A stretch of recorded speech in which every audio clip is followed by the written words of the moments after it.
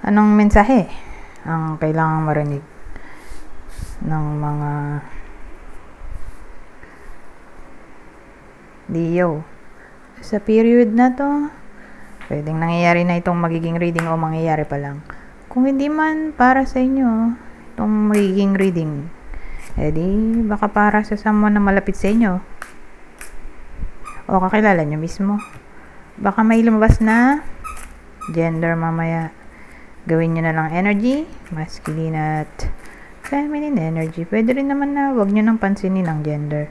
Hindi ko masasabi kung anong magiging reading, kung positive ba o negative. Depende sa kung anong mapipick up kong energy. Walang masama kung papanoorin ang sun, moon at rising sign. Kasi bakalin man sa mga yon ay mag-resonate na sa sitwasyon nyo. So, ang bidan natin na ay lalaki. Pwede rin namang babae kung extrovert siya. Since dalawa yung gender, kailangan kong mamili ng isa lang kasi kakatamad sabihin yung lalaki, tapos babae rin, extrovert. So, isa na lang. Pero again, ulitin ko, pwede rin to sa babaeng extrovert. Pero ang gagamitin ko na lang na subject ay lalaki. So, yung bida natin, lalaking energy, ay in a relationship, pero hindi siya kasal. Wala rin siyang anak.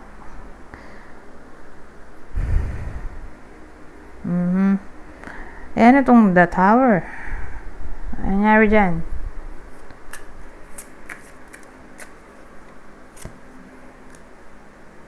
Knight of Wands. Oh.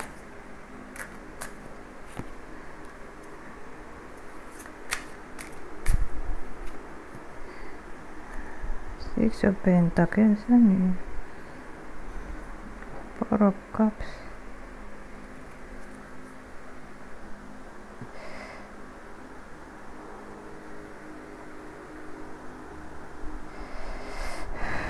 So, the Tower, can clarify ng Knight of Cups. Four of Cups. Knight of Wands pala to. Four of Cups, Six of Pentacles.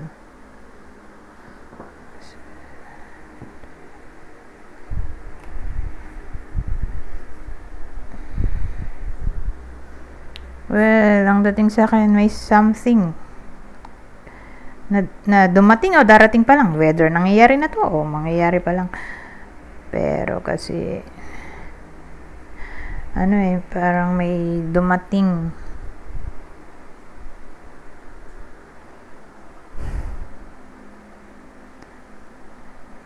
more like something new.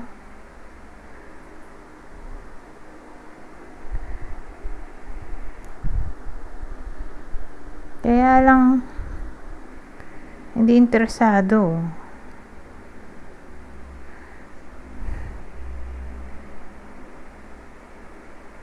Kasi nandito tong Four of Cups. Parang hindi interesado sa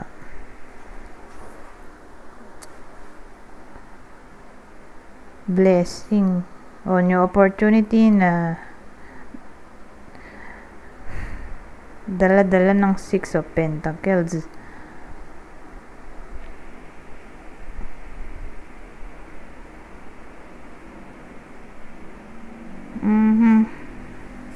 Parang may na-obtain siya na something sa Six of Pentacles.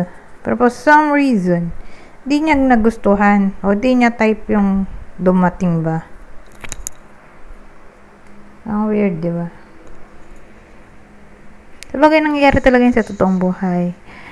Sabihin natin, employment. May nag-o-offer ng employment. Kaya lang may work na siya or wala man work, kaya lang di naman niya type yung company or yung job description. So, ganun. Depende. Kung ano ba tong Six of Pentacles na dumating o darating pa lang. More like opportunity siya. Gift na literal na gift o gift mula sa universe.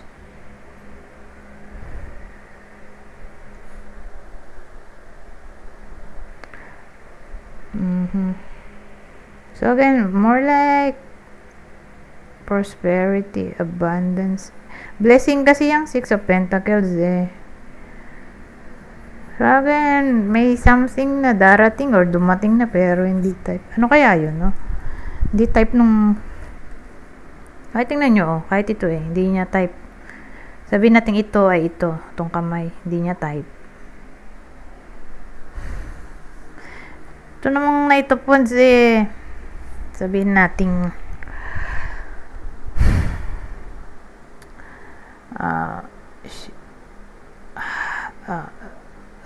yung energy niya ba eh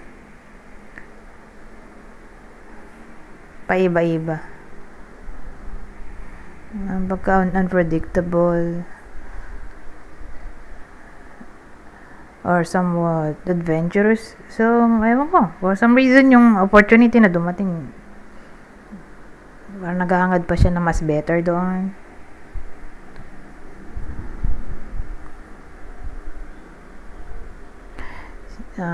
Clarify nga natin itong Six of Pentacles.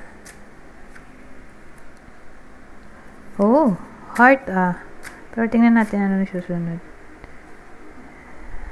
Heart, crossroads. Oh.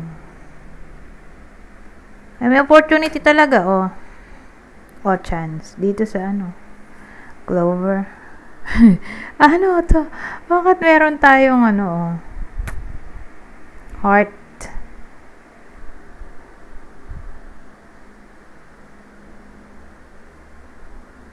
Ano kasi yan eh, romance na. Romance, affection.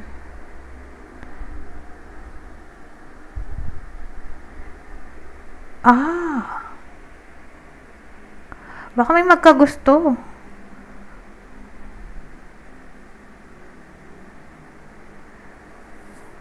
Baka may magkagusto sa lalaking to. Kaya lang, hindi niya pinatos, thankfully. Dahil in relationship siya eh. Yun na siguro yun. Yung opportunity o blessing. Oh my God, blessing ba? May darating na somewhat hindi niya na-expect kasi eh. So more like opportunity. Baka na yun, may magkaroon siya ng new admirer. Kahit ito oh. Oh, Six of Pentacles din pala to. Pero to, playing cards. O, parehas o. Kaya nga sabi ko, opportunity, parang press lang.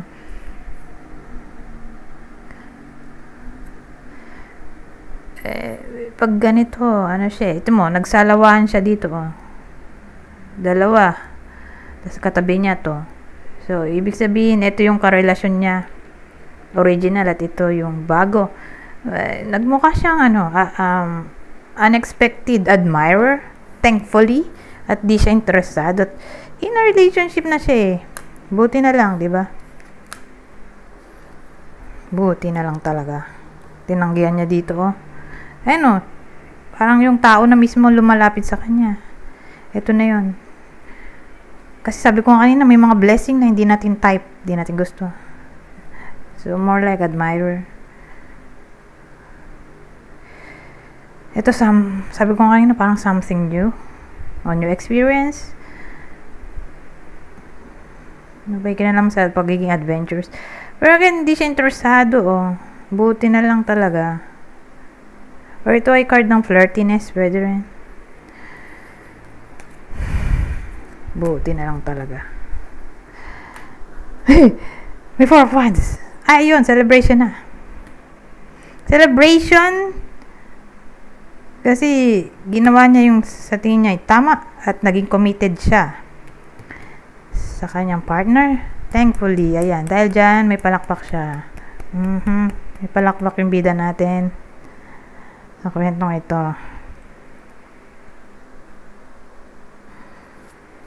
Anyways, since love reading to,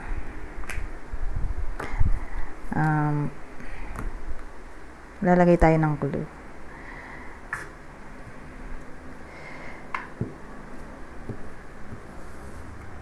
Teka, tanggalin ko lang yung kaninang ginamit ko. Baka umuulit pa.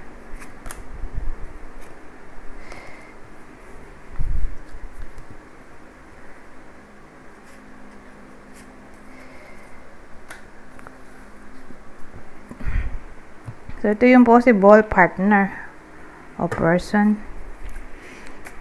ng Leo sa reading na to.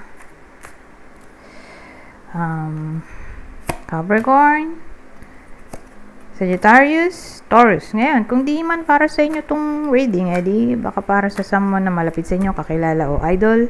Ito ang possible zodiac sa inyo. Sasabihin ko sana isa sa air sign. Pero isang air sign lang pala to. Akala ko lahat ng air sign. So, may Aquarius tayo dito. Gemini yung ano. Gemini, Aquarius, air sign. Ito, Pluto. Edi Scorpio to. Anyways, punta na tayo sa susunod. May isa pa pala tayong clue. Bago tayo lumipat sa susunod na deck, may clue pa pala. Okay, ito na yung last clue natin. Same instruction. Kung di man para sa inyo yung clue, edi baka para sa person nyo, kakilala o idol. Kunin nyo lang yung clue na sa tingin nyo ay fit sa sitwasyon nyo o sa kakilala nyo. So, may someone na may exaggerated features. So, pag ganyan, may something na sobra. May sobra ba? Sa itsura niya. Siguro, sobra sa makeup. Sobra sa haba ng kuko. Sobra sa laki ng hikaw. Sobrang sexy ng pananamit, sobrang ikli ng damit. O baka naman sobrang conservative, pwede rin. Or sobrang anggulo ng mukha. Diba? Sharp yung face. Angle. Sabihin natin masyadong mapanga, manoo, matangos ilong, masyadong malaki bibig, masyadong malapad noo, malaki tenga, mababa. Basta ganon. May something na exage sa features ng tao.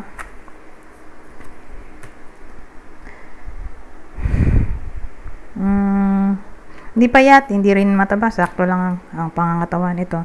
Black o African American, kung di literal na Black o African American ang person ng iba sa inyo or yung nanonood, baka kasi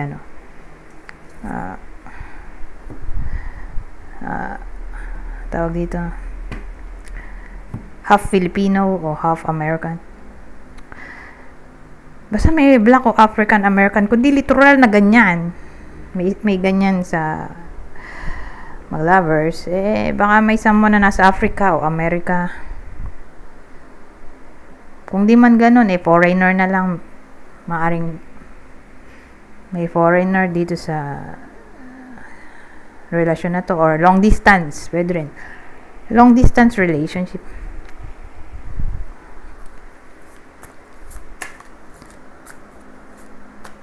Or maitim, pwede rin. Kung di man ganun, sa sinabi ko, baka may someone na maitim. Ayan, tulad nito. Wala mang ibang lahi, pero maitim. Ito, may someone na may balbas. Beard,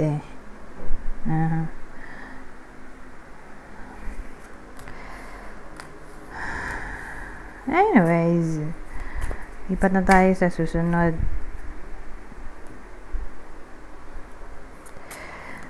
So, sa case na to, dalawang card. Puro ganun, dalawa-dalawa lang. Unlike kanina, maraming cards. Ito, dalawa lang. Dalawa-dalawa. Para mabilis. So, random message ba to? Mga message na hindi natin nakita kanina. Pwedeng dikit to sa kwento kanina, pwede rin hindi. Basta random to, ha? Random message. Oh, bereavement, Court person. So, sabihin natin may something na parang di nyo magugustuhan eh, o hindi magugustuhan ng iba sa inyo. Sabihin natin ending ng contract, o kundi man to employment or anything na may kinalaman sa contract, baka separation na to. Pero applicable lang sa kasal kasi may contract tayo eh. Kasi may court person tayo. So parang may legal ba? Parang may law na involve.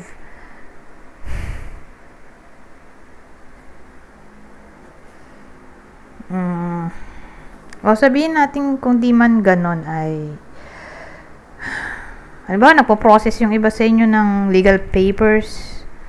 For some reason, may iba doon ay hindi mapaprocess or magkakaroon ng aberya.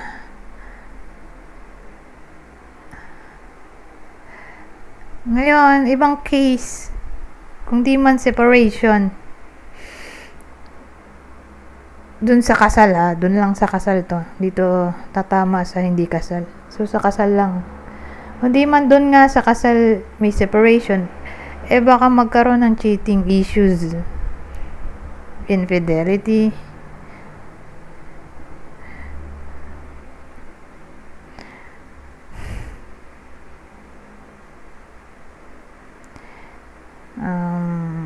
Ngayon, sabihin natin may case, may final na case na. Nag-file na ng case. Kasi may judge tayo dito. Court person kasi ito. At sabihin natin lalabas na yung jurisdiction o hatol sa period na to. Mukhang hindi pa panig yung kapalaran sa iba sa inyo. O sa malapit sa inyo na, yun nga, may case na nilalakad. Sabihin natin magkakaroon ng hearing ba sa period na to, whether kung ano man yung pinaglalaban niya, whether sa mismong court to or sa HR lang. Pero kung may injustice na nangyari, hindi pa panig sa iba sa inyo ang kapalaran kasi biruin nyo, nandito yung bereavement na para bang may something na mag-e-end or sabihin natin misfortune na lang in general.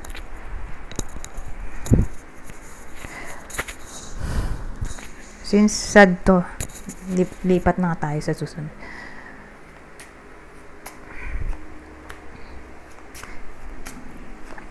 Natin iba pang senaryo. Rich good gentleman, a journey. Rich good gentleman. Sabihin nating may 39 years old pababa or unmarried man yung tatamaan ng reading na to, ha? Maganda naman, wag siyang mag-alala. Kasi maganda naman yung combination. Kasi nandito tong journey. So, sabihin natin baka mag-travel siya sa period na to or may someone na magta-travel papunta sa kanya. Kung ma-stuck man siya sa sitwasyon or maging feeling trapped, don't worry. May progress na this time. Pero applicable lang to kung nangyayari na. Na-stuck na siya, na-trap, na-sad, na-disappoint kung nangyayari na dun sa unmarried man natin or 39 years old, pababa na lalaki. Yun nga, dun papasok yung movement. Progress. Hindi na siya ma-stuck sa sitwasyon, hindi na siya magpo-procrastinate.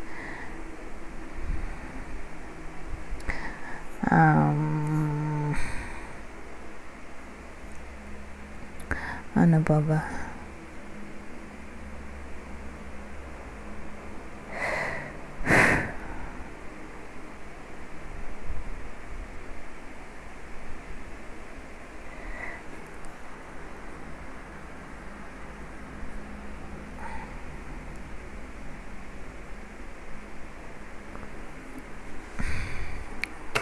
Anyways, sabihin nating may jowa siya. Pero at this time, wala pa siyang balak lumugar sa tahimik. Ayaw niya pa mag-settle down.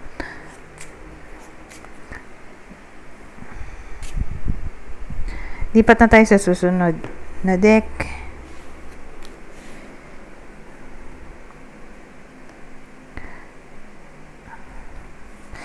Ano pang senaryo ang mabubuo natin dito?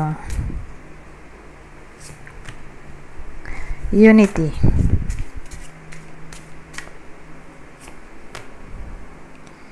Ito, maganda oh. Magandang pundasyon.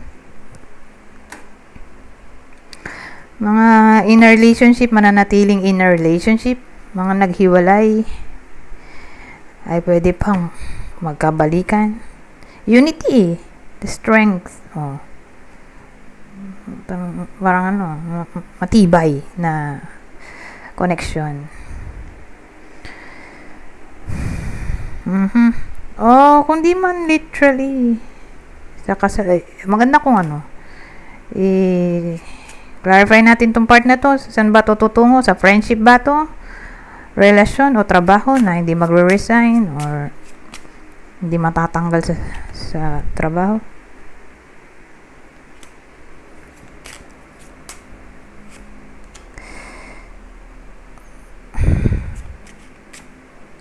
Ano yun?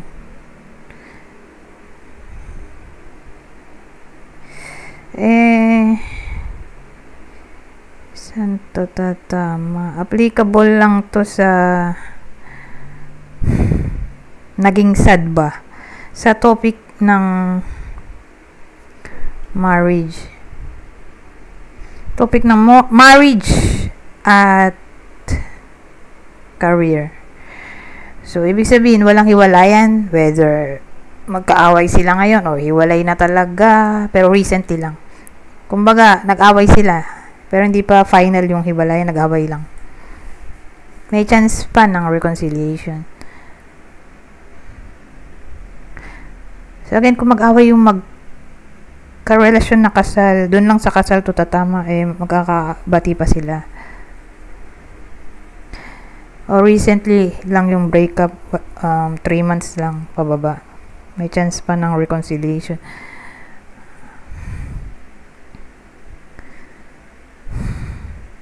So sa career, sabihin natin di sila magkasundo ng boss niya. Or mga boss. Or anyone na ahead sa kanya. Hindi naman necessarily matatanggal siya sa trabaho. At hindi siya tatanggalin or hindi siya magre-resign pa sa ngayon sa period na to. Ngayon, dun sa kasal,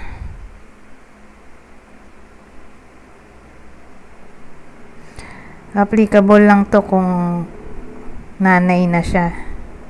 Okay? Sabihin natin nag-aaway sila or naghiwalay na sa period ng 3 months pababa. Magkakabalikan sila. Pero kung kasal, pero hindi siya nanay, hindi to applicable sa kanya. Hindi rin applicable sa hindi kasal. Ayan, may specific tayo. Description. Para malaman nyo kung para sa inyo ba yung reading o sa kakilala nyo. Ayun. Mag-end na ba ako dito? Kasi 24 minutes na. Sige, mag-end na ako. Hindi na ako tutuloy sa pangalawang spread. Anyways, hanggang dito na lang. Goodbye. For now.